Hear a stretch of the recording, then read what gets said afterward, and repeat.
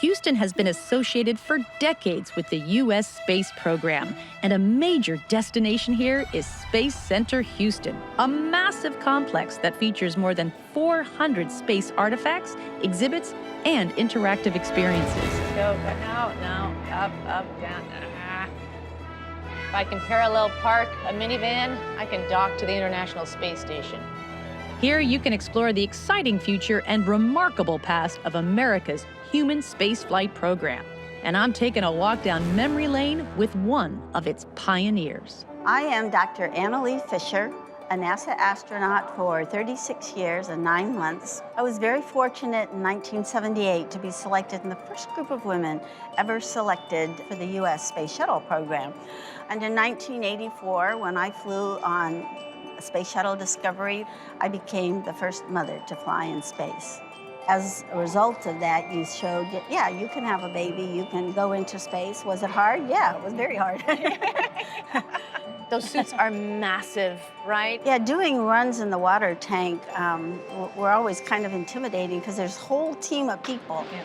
And working in the suit is probably the hardest thing physically. Working in this suit. In this suit Yeah. is probably the hardest thing physically that we do as astronauts.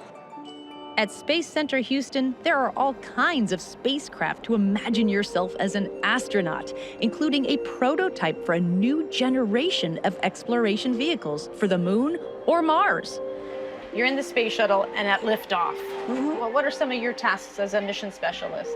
I was the flight engineer, so in the shuttle, my job was to make sure we stayed on the timeline, that we did all the actions that we had to do. And then I was the robotic arm operator on our flight, so my two crewmates were outside in their spacesuits, and I was operating the arm. So it was a really exciting mission because it's the first time anyone ever handled hardware that large. I would imagine for the people who have had the absolute privilege and guts and smarts to be up in space, you see our Earth in a way that very few people in this world have.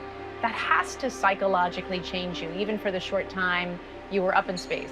You know, the Earth seems like so big when you're on it. Mm-hmm. But when you're looking at it from space into areas like the Middle East or China or North Korea, you know, some of these places around the world where you're having problems and conflicts. So you really wish people would really get a chance to see that perspective and have it get embedded in you.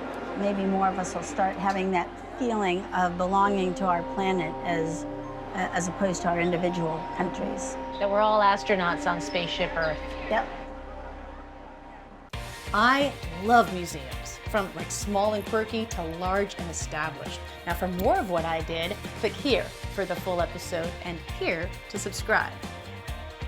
Now that I'm older, when I go to a museum, I read everything, every plaque, every wall where they describe what the exhibit is, and it drives my children nuts because I'm like a reader and they just like want to breeze through very quickly.